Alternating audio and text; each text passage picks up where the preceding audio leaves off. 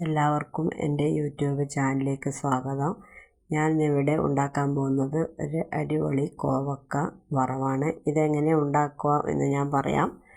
ആദ്യമായി കോവക്ക വട്ടത്തിൽ അരിഞ്ഞെടുക്കുക. ഞാൻ അങ്ങനെയാണ് അരിഞ്ഞത്. നീളത്തിലായാലും അരിഞ്ഞെടുക്കുക. അതിന് ശേഷം ഒരു പാനിൽ എണ്ണ ഒഴിച്ച് ചൂടാകുമ്പോൾ കടുക് കരിവേപ്പില ഇടുക. അതിനുശേഷം നമ്മൾ അരിഞ്ഞെടുത്ത കോവക്ക അതിലിടുക. അതിലേക്ക് ഒരു വലിയ സവാള ചെറുതായി അരിഞ്ഞത് ചേർക്കണം. പിന്നെ ഞാൻ കാന്താരി ചതച്ചതാണ് ഇട്ടിട്ടുള്ളത്. പച്ചമുളക് ഇടാം.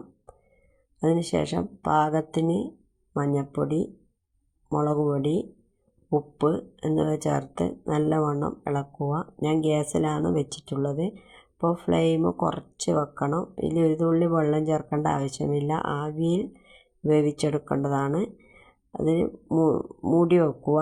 അത് ഇടയ്ക്കിടയ്ക്ക് മൂടി തുറന്നിട്ട് ഇളക്കിക്കൊണ്ടിരിക്കണം, അല്ലെങ്കിൽ ഒരു ഭാഗം കരിഞ്ഞു പോകാൻ സാധ്യതയുണ്ട്. അപ്പോൾ നമ്മൾ കോവക്ക ഏകദേശം ആയിട്ടുണ്ട്. അതിലേക്ക് 1 കപ്പ് തേങ്ങ, കുറച്ച് കുരുമുളക് പൊടി ഇവ ചേർത്ത് നല്ലവണ്ണം ഒന്നുകൂടി ഇളക്കി കൊടുക്കുക. അപ്പോൾ നമ്മുടെ അടിപൊളി കോവക്ക വറവ് റെഡി ആയിട്ടുണ്ട്. എല്ലാവരും ഇതൊന്ന് ട്രൈ ചെയ്ത് നോക്കുക, കമൻ്റ് ഇടുക. Okay, thank you.